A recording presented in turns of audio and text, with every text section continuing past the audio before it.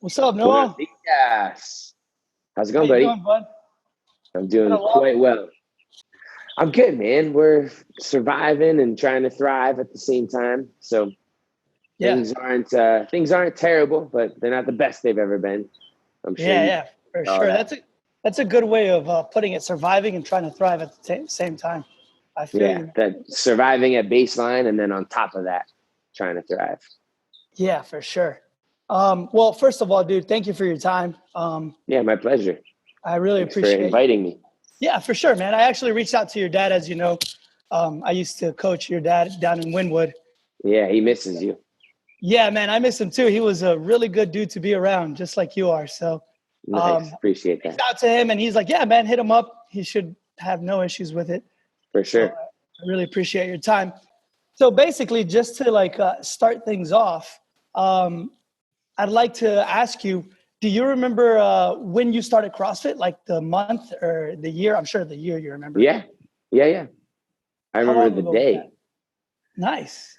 Um, it was in 2010, October.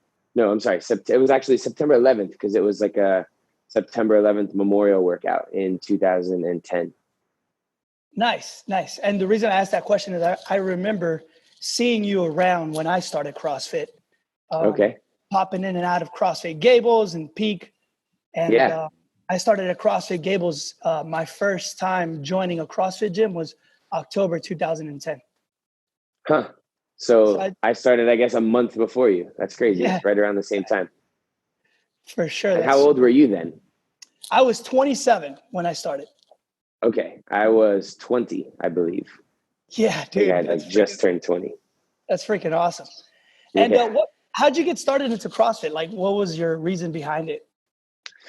Man, I had always gone to the gym and done like general fitness stuff, but never really, I never knew why I was. I mean, the reason that I was in there was because I wanted to be jacked and ripped, and it was all about aesthetics and like building the confidence in myself that I would have a body that I desired. And when I started doing CrossFit, it kind of transformed into that. It started off as that.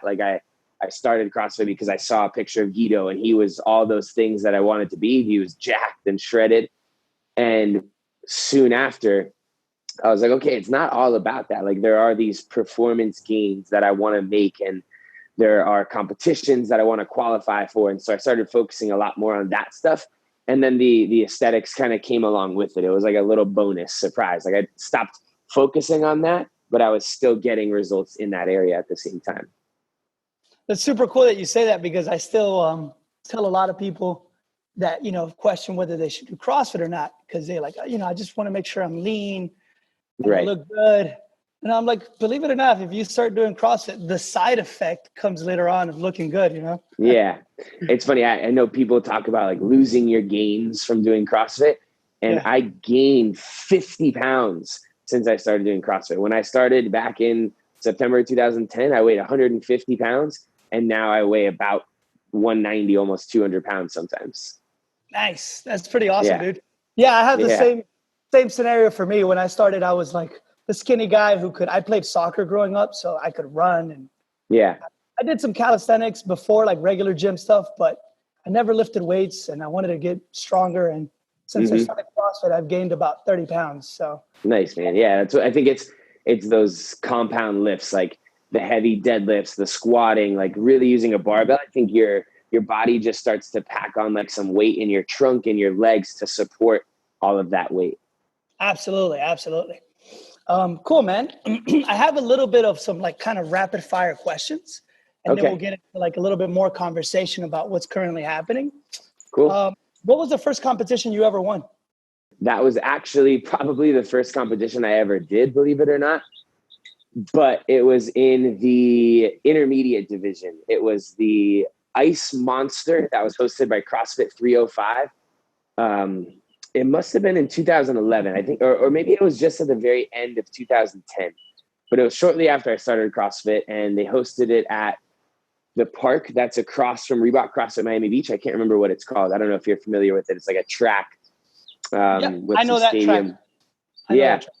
So that's where the competition was. And it wasn't a super big deal, but they had a couple different divisions. I signed up for the intermediate one, and I remember winning that. And Guido telling me, all right, you got your first win in the intermediate category. Now it's time to bump up into the RX. And you're not going to win that right away, but I think that was a really good thing for me because it challenged me and kind of pulled me out of my comfort zone to force me into getting better to hang with the big dogs.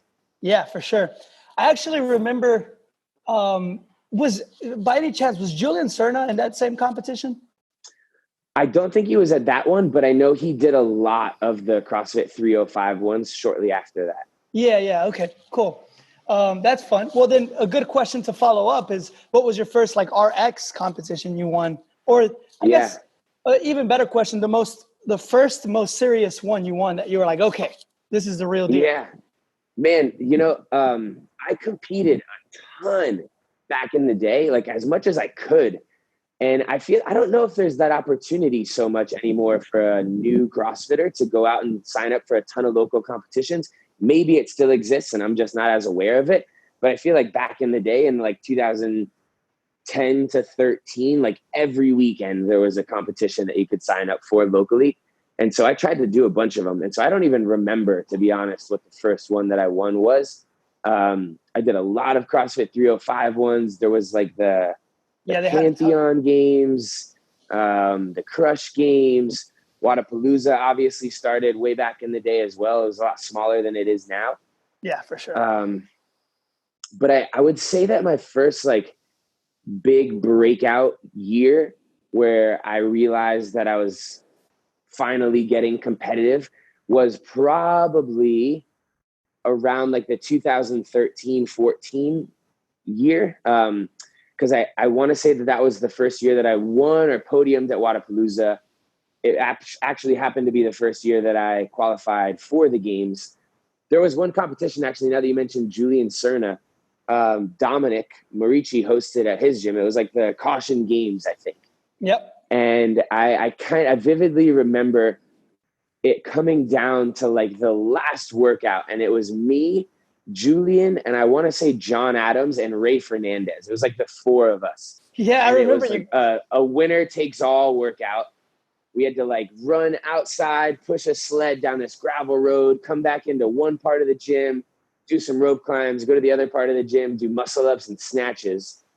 And I remember I pulled off the victory over those guys who like for the last 2 years had been guys that I looked up to and idolized. And like, I was like their little brother tagging along to train with them. And finally I took that step and beat them. And I think that was probably the big one for me.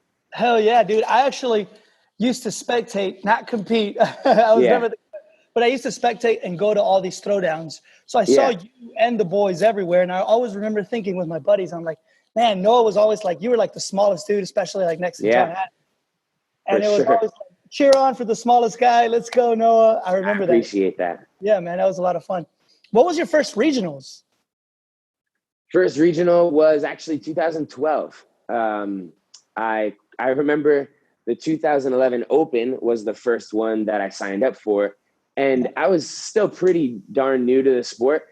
And I shouldn't have had any expectation of qualifying for regionals. But I remember when the Open ended and it like finalized the leaderboard and I was 112th and I didn't qualify for regionals that year. I was so bummed. And looking back on it now, it doesn't make any sense that I was disappointed because I had just started. But finally qualified in 2012 and I showed up there and kind of got my butt kicked at regionals too. I came in 24th at regionals that year. But then the next year in 2013, it was almost a surprise to me because of how big of a jump I made. During regionals, usually 3 days, and like midway through day 2, I was in first place at regionals. And I was not expecting that. I was like, whoa, I went from 24th to all of a sudden I'm winning. And I had a couple of slip-ups on the last day with some heavy deadlifts and heavy squat cleans. So I didn't qualify in 2013, but it was like make regionals in 12, but not do so well. Qualify for regionals again in 13 and do really well, but kind of not quite well enough. And then in 2014, finally, I had that breakthrough to qualify for the games. Perfect. Perfect. That's a great, you actually answered my questions in chronological order. Those are going to be I didn't questions. mean to, but I'll take No, it. no, that's perfect. It segues very well into, so the 2014 games were your first games. Yep. Um, what was, well, and so now, how many games have you been to since 2014? All of them, right? Yeah, I've qualified every year since, which I'm really thankful for. So last year, 2019, would have been my sixth CrossFit Games, and then through the Open this year, I qualified for what is my seventh. Cool, cool. And we're going to talk about the current situation of the games in a little bit. What Yeah. was your, in the last 6 years you've been at the games, what has been your best finish? Last year was actually my best finish. I finished second, finally made it up onto the podium. I'd been close. I'd finished fourth and sixth, and What was your last worst? year, What was your worst finish? man, in 2016, I came in 15th, and I was so crushed by that. It was like I had come in eighth the 2 years prior, but had like these really good runs of being in the lead at one point and Yeah, I remember thinking that. I was going to finish in the top five. And so I had these high expectations of myself. And then in 2016, everything just kind of like unraveled. And I finished in 15th overall and was so disappointed.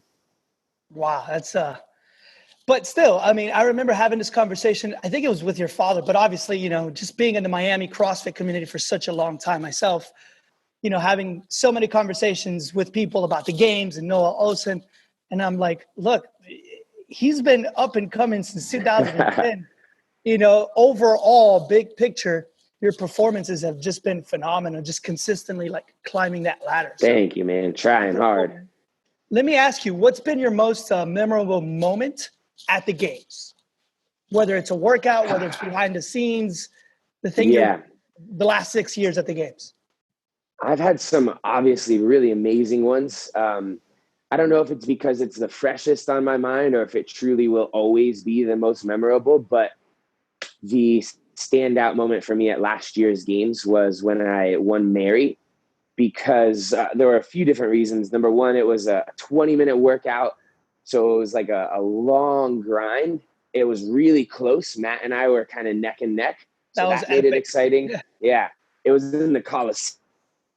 Thousands of people. So that added excitement to it. It was the first event I've ever won at the CrossFit Games, which was really cool. And then on that, it had catapulted me into the overall lead at the games for the first time since 2014. So winning that event, like doing my last pull-up, dropping down from the pull-up bar, kind of realizing all those things, hearing the roar from the crowd. We were right at the finish line. So seeing thousands of people like on their feet going crazy. So awesome. I don't know, man, that was just like goosebumps, and I'll remember that forever. Yeah, dude. And I mean, the expression in your face, I was watching that whole thing. The expression in your face showed all of those emotions, man. It was, that's cool. Everyone in the CrossFit community, you and Matt had us on the edge of the seats for the entire 20 minutes. Yeah, it was exciting. I'm glad that it played out the way that it did. Yeah, that was super cool to watch, man. Good stuff there. What has been, flip side of that, what has been your toughest moment at the CrossFit Games? Worst, toughest moment you've experienced? Yeah. The first one that comes to mind is in 2015, we had competition the first day on Wednesday, and there were two events. It was a swim event in the morning at the beach, and I did really well. So I'm going to go back a second and just preface it by 2014. It was my first year. I finished eighth. I was in the lead at one point, but it was this huge confidence booster for me because I didn't have any expectations going into the games. And then all of a sudden it like transformed my mindset to thinking, wow, I was in the lead at one point. I can do this. I can win. I'm destined to be at the top. So I went into 2015 with these really high expectations that I was going to win the games and that it was like a sure thing. And so event one, it kind of led in that direction. I had a foot race with Chad McKay. I finished third place on the beach. And so I was like, all right, this is it. This is the start of my best year ever. And then that evening we had an event in the tennis stadium, and it was the sandbag event where we had to like drag sandbags down the stadium, throw them over, put them in a wheelbarrow, transport like 800 pounds of sandbags in this wheelbarrow I remember across the that. Yeah. stadium. And my freaking wheelbarrow tipped over. Yeah. I And I remember think that. I was one of only 2 guys that happened to. And it was devastating because that was the type of event that if that happened, that was like, you weren't coming back from that. Like you were taking last place. And so I think I took like second to last or something like that. And I remember getting in the car with Joanne after that event was over and just crying and being like, well, I blew it. That's it.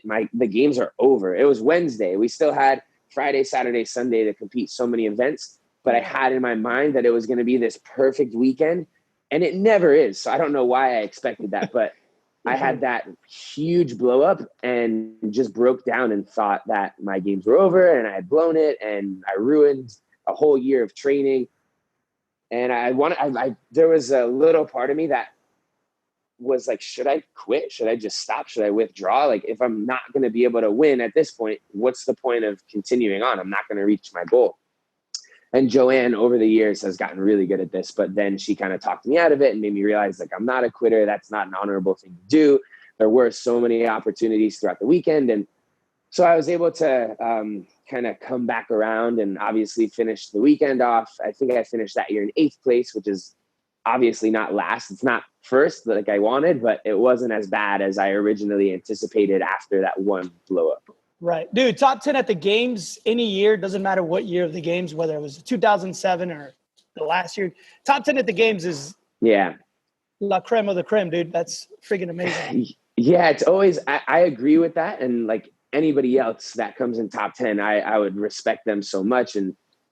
But for myself, because I had those expectations and I didn't meet those expectations, it was always a disappointment no matter what. For sure. Yeah. Especially, like you said, coming back from the prior year with so much confidence. It's crazy how expectations can make or break you too. So I'm sure you've learned a lot from like how to set expectations now going forward. For sure. I know in my daily training with my coaches here, I've learned, look, man, we're recreational CrossFitters. We do this for fun. We come in with, I personally have learned to come into the gym with 0 expectations. Let's just have a good workout. Let's move well. And that's worked out very well for me. Yeah, man, I agree with that. I think that's why I performed so well at the games this year, because I went in with, I don't want to say low expectations, but kind of like you said, like no expectations. Just we'll see how things go, play my game. Don't expect to win certain events or do poorly on certain events. Just be smart about everything, and it's going to unfold the way it's supposed to. And that ended up working out really well for me. That's good, man. That's good to hear. Good stuff there. Yeah. A couple of like fun questions. Yeah, no worries. Kind of change up the vibe a little bit. Did you, coming up into becoming a games athlete, or even currently, did you have like a favorite CrossFit Games athlete you followed and admired, or still do? Yeah, man, I loved all those guys. Like back in 2010, we were all, I feel like it was a different culture because I was on a different side of things. I was just a fan. I don't know if it's still like that nowadays. Maybe it is. And I've just kind of like moved to the other side of it, which is cool and amazing.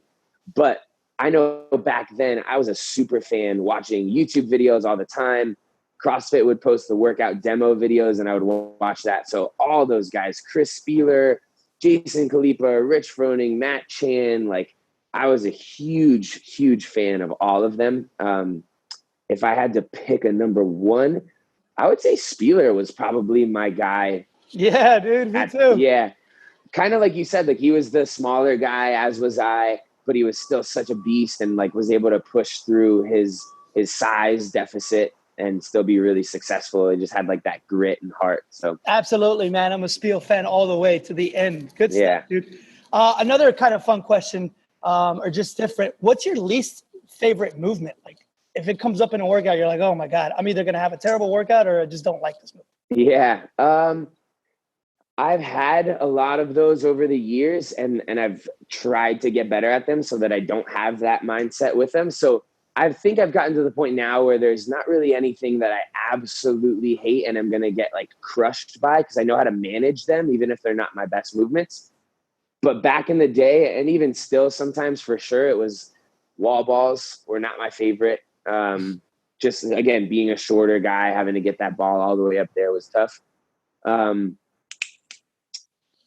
deadlifts were a big one for me. I mentioned that earlier from Yes. regionals. I got crushed. Honestly, and it's crazy because now deadlifts are probably one of my favorite movements. I just put a lot of time and work into it right after I had that like really devastating experience of just getting owned on that regionals workout. Yeah. And Was that a yeah, deadlift and box? Was there a box in that workout? Deadlift and box jumps, yeah, right? yeah. It was super simple. 21:59 deadlifts and box jumps. Yeah, And right. I 315 was on the like bar, 275. 315. And I Yep. was fully rounding my back, doing like singles, and oh, that was nasty. I remember that workout. But I was there for that regional. Yeah, it was. yeah, If you were heartbreaking, don't worry, dude. Your fans were too. yeah, for sure.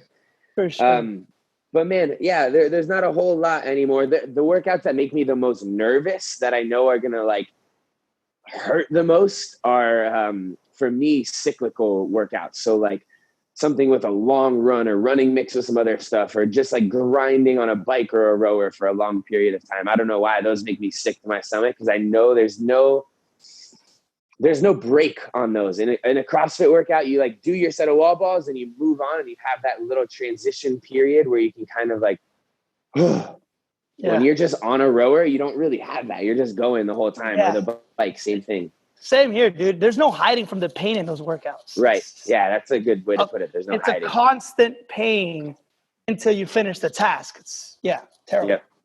Yeah. I gotta agree with the wall balls and deadlifts, dude. Those are probably two of my least favorite movements. Huh. Yeah, so funny. Another question for you. Wadapalooza, how it is now, how it's become, or the CrossFit Games, and favorite, let's say, last year. Which one do you enjoy competing at the most, and why? I love them both. Wadapalooza is probably a little more fun. It's like backyard, hometown. It's got that vibe where people are just there for a good time. So I enjoy it for that reason. The CrossFit Games is obviously special because it's really meaningful. Like we train our whole year for that experience. But if you were to say, it's a tough question. If you're going to like take one away and I could only do one, I think because I've been able to accomplish making the podium at the games, I still want to win. And so I still have that to chase. But if I was truly going to enjoy one competition every year for the next couple of years, it would probably be Wadapalooza. I'd have a better time there. Yeah. I've been lucky to be a part of Wadapalooza from, staff side of things. And man, that it's so much fun. I've been to the games as a spectator and I've worked Wadapalooza, and I love both, but you're right, dude. Wadapalooza is just so much fun. The energy and vibe that, Guido back in the day and still to this day, for sure, that staff maintains. It's just such a fun vibe. Yeah, they do a good job of that one. All right, cool. So let's transition a little bit to talk about current situation with this whole craziness of this pandemic. What were your initial thoughts, just kind of briefly, when this whole pandemic thing started to happen? Were you like one of the skeptics, or were you like, oh, this is really bad? You got really nervous right away, somewhere in the middle? Yeah, I kind of, I'm a preparer. Like when a hurricane is coming here in Miami, I'm one of the first ones to get my shutters up, because I'd rather be prepared. Even if it doesn't happen, I want to be prepared. And I'm not scared. It doesn't make me anxious. It's not like I'm freaking out, and that's why I'm putting the shutters up, because I think we're all going to have this catastrophic experience. But I would rather set it up and have it ready to go just in case it's really bad. And if it's not, no big deal. And so I was kind of the same way about this whole situation. Like, I don't know how this is going to turn out. It sounds like it could be really bad from some people. So I think more aware of it than some of my other friends. And I had some opportunities to travel right when it started to unfold. And I was like, you know what, I'm going to hold off on those just to see. And some people were, I wouldn't say making fun of me, but like, come on, dude, this is nothing. Like, people get the flu and you're going to be fine. It's not a big deal. And I was like, I don't know. Let's just wait and see. And obviously it turned into this pandemic that we've never experienced before in our lifetime. So I don't know. It's obviously been interesting for all of us, but I was well aware at the beginning that it could turn into kind of what it is now. That's good, man. That's a really good way of putting it. And you remind me of a good friend and one of our coaches here, Coach Jeff. He recently shared with me a thought that I really liked, and you reminded me of it. It's not preparing is preparing to fail. Right. Yeah. So, Or what I think the saying is, or not to something like correct that. you, but it's failing to prepare is There you go. preparing to fail. Yes, I Right. always butcher sayings because I get the point, but Yeah. Yeah, for sure. he'll get a good laugh out of that. But yes, so Nice. he shared that recently with me, and I hadn't heard it before, and I'm like, that's a really good way of putting it. So I'm glad you Right. prepared. So has your training changed during this pandemic? A bit. I mean, yes is the answer. Like I'm training at home, which I have never done before really, unless it was like doing some burpees on the bedroom floor. But like now that I'm full time at home, I quickly pivoted and set up a home gym, which is another reason I'm thankful that I kind of took this more seriously from the beginning, because when I started realizing that gyms could end up closing down, I wanted to make sure that I had a setup for myself to continue training. So I got a rig installed at home. We got a barbell, like got pretty much the essentials. Right. And I've been able to do almost everything that I would. It's just in such a different way. It's obviously a very different environment. I'm training by myself. But all that being said, I have really gotten myself to enjoy it. Like I think I do a good job of adapting to whatever situation I'm in. So I thought that I wouldn't enjoy it, but I have ended up kind of taking a liking to training at home. That's good, man. That's that's a that's a mindset that I feel like is going to help you, obviously, for competition purposes. Being able to Yeah. adapt and find within this, not great situation, a positive Yeah. mindset. I kind of try to do that with everything, not just in sport, but whatever situation that you're in. If it's not in your favor, or it's not something you like, I would rather than kind of focusing on the fact that it sucks. Like, okay, sure, let's agree it's not ideal, but what are we going to do to make it better? How can we turn this into something that's a little bit more positive and make the best of it?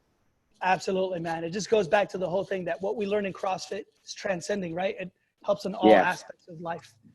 What have you had to do anything big or powerful or impactful to adjust and focus on training?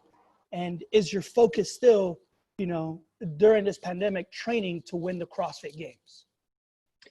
Yeah. I mean, when it first was unfolding, I gave myself like a grace period of 2 weeks to kind of just adjust to, all right, how is this going to turn out? Am I going to need to train at home?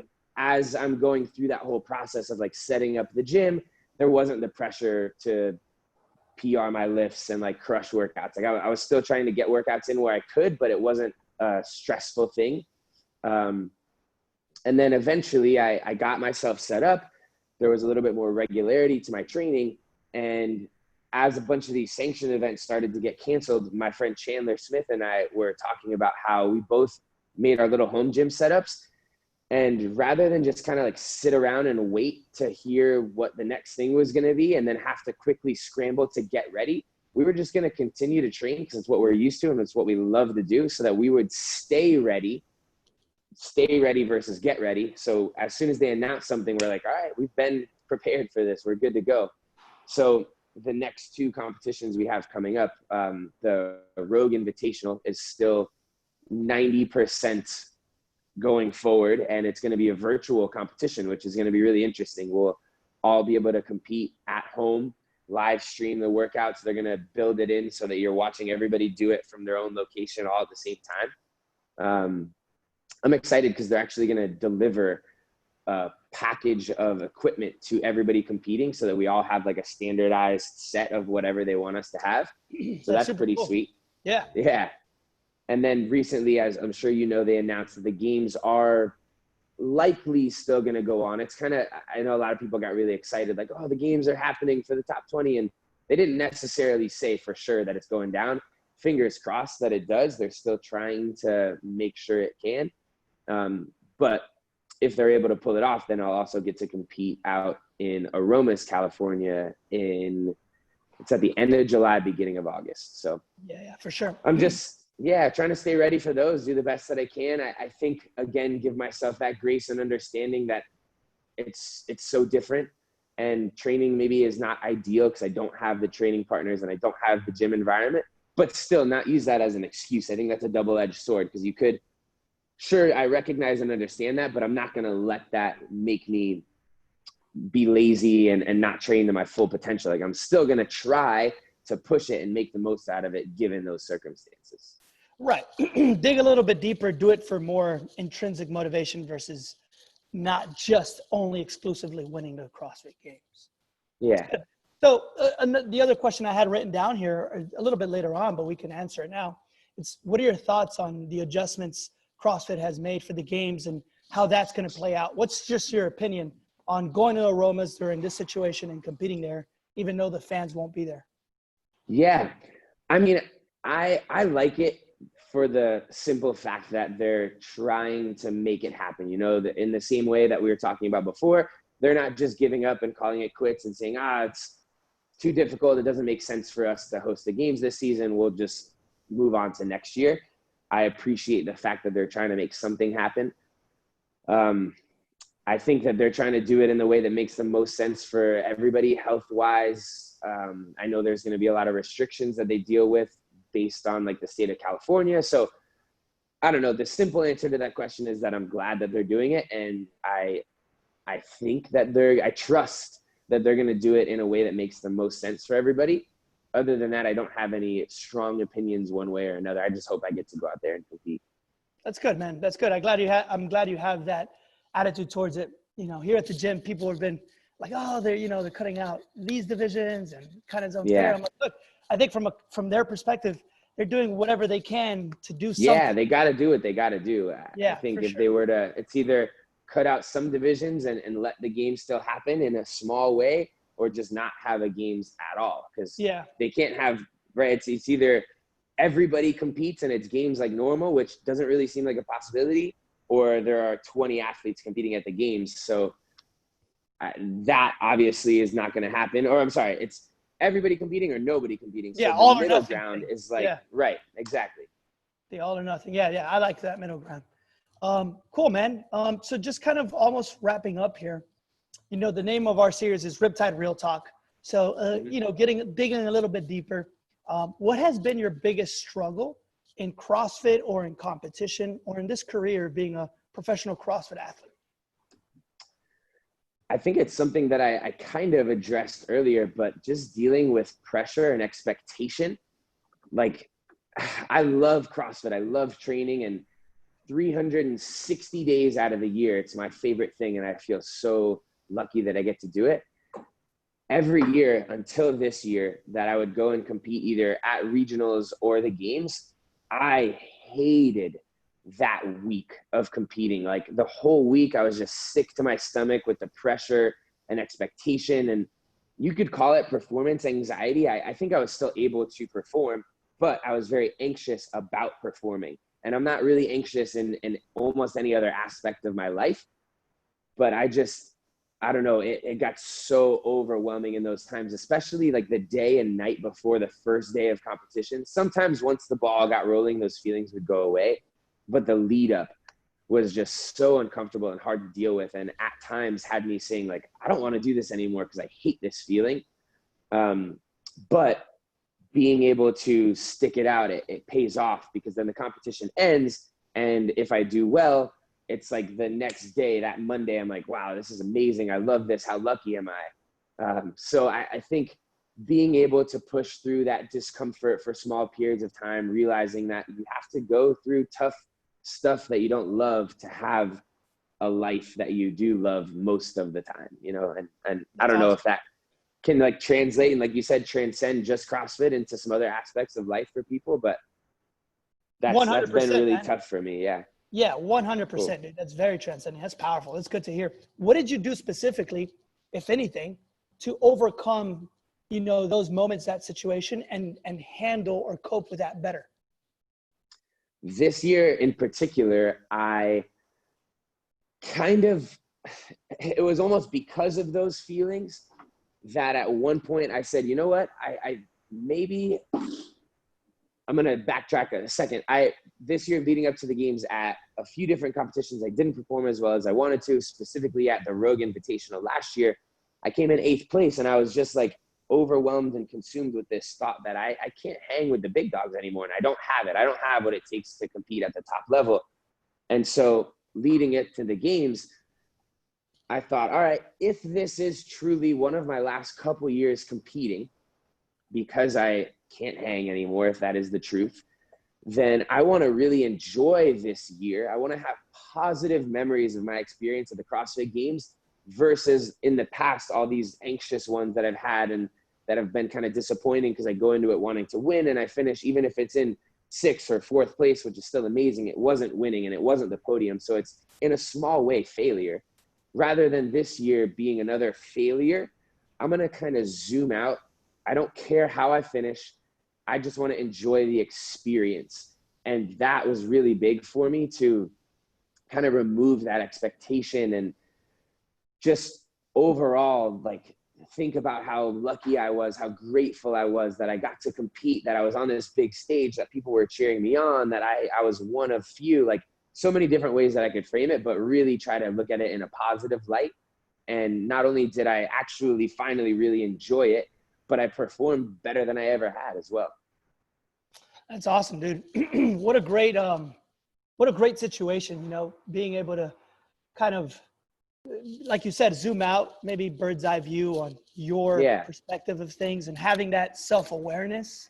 It's like, man, you know, I'm putting all this stress and pressure on myself. And if I'm truly not able to hang with the big dogs, how do I want to, you know, still compete? And that's awesome, dude. Right.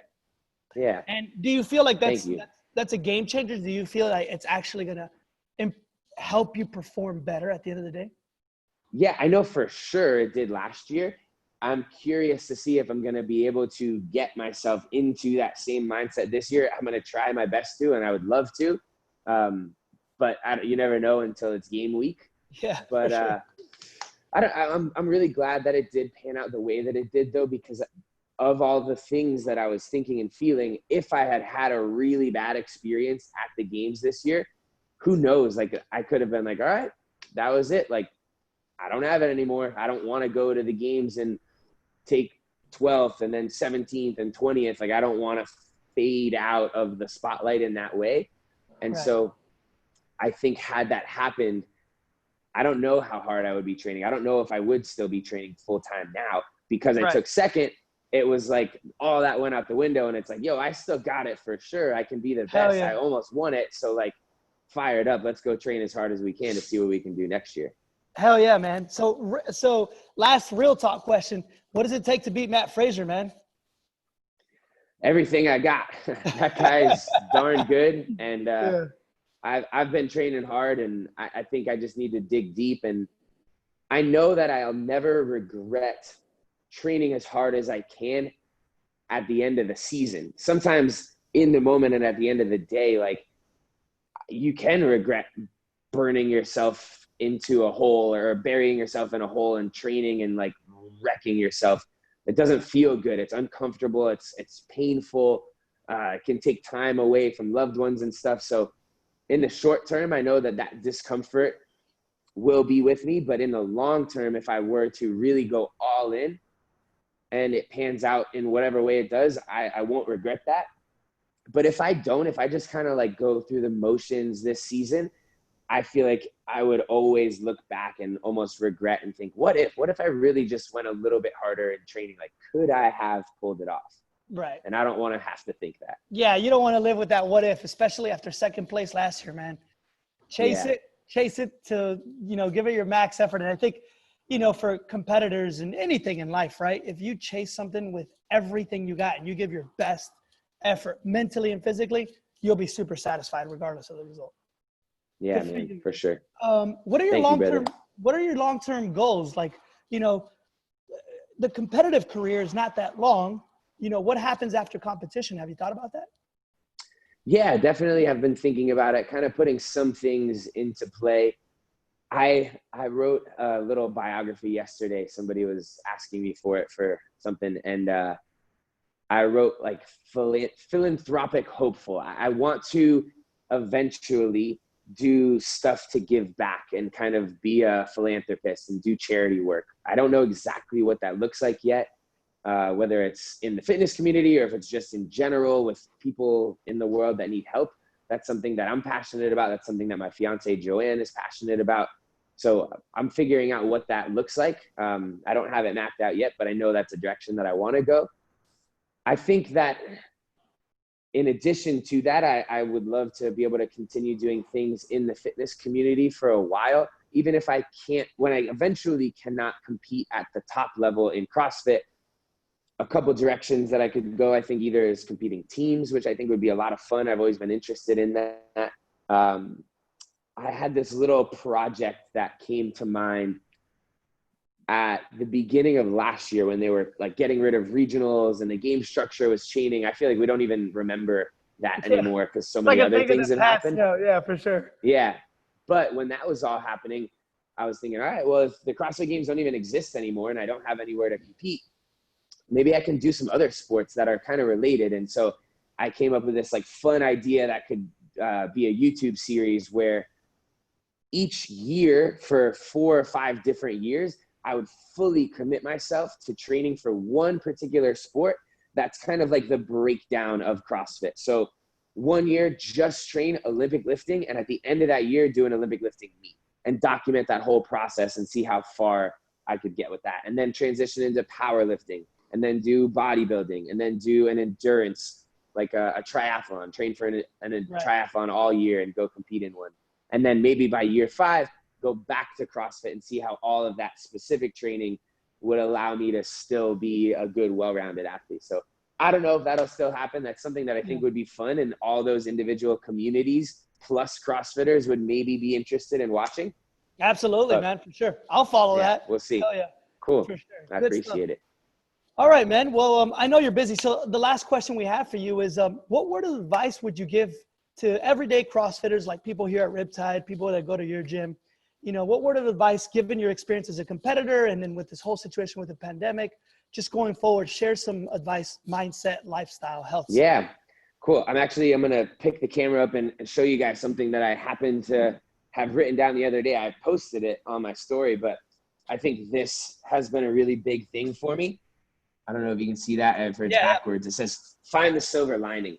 And so I kind of talked about that a little bit, like making the most of any situation. Like the silver lining phrase and term to me, from my understanding, is when there's a dark cloud in the sky, and a cloud usually means rain and thunder and a storm, which is not a positive thing. But when the sun is shining behind it, it creates this silver outline on the cloud. Like there's that little white outline tracing it. And then that's kind of supposed to be the silver lining. It lets you know that, hey, there is light behind this and there's something positive. So I think no matter what situation you're in, whether it's training or the pandemic, try to take it and reframe it. Just shift your perspective and say, all right, I'm stuck at home.